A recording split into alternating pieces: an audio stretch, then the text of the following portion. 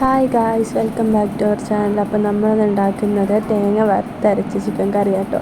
അപ്പം നമ്മൾ പാത്രത്തിലേക്ക് തേങ്ങ, കൊച്ചുള്ളി, കറിവേപ്പില ഇട്ടിട്ട് നന്നായിട്ട് മുരിച്ചല്ല, ഒരു ഗോൾഡൻ കളർ ആവുന്നവരെ അതിനെ ഇങ്ങനെ ഇതാക്കി എടുക്കണം. അതിന് ശേഷം അതിലേക്ക് കാശ്മീരി ചില്ലി പൗഡർ, പിന്നെ മല്ലിപ്പൊടി, പിന്നെ മഞ്ഞൾപ്പൊടി, കുരുമുളക് പൊടി. മല്ലിപ്പൊടി ഇല്ലാത്തതിന് ചിക്കൻ മസാലയാണ് ഇട്ടത്. പിന്നെ അതിൻ്റെ ഇടയ്ക്ക് നമ്മളിതിലേക്ക് പച്ചമല്ലി അരയ്ക്കാനായിട്ട് ഇട്ടിട്ടുണ്ടായിരുന്നു.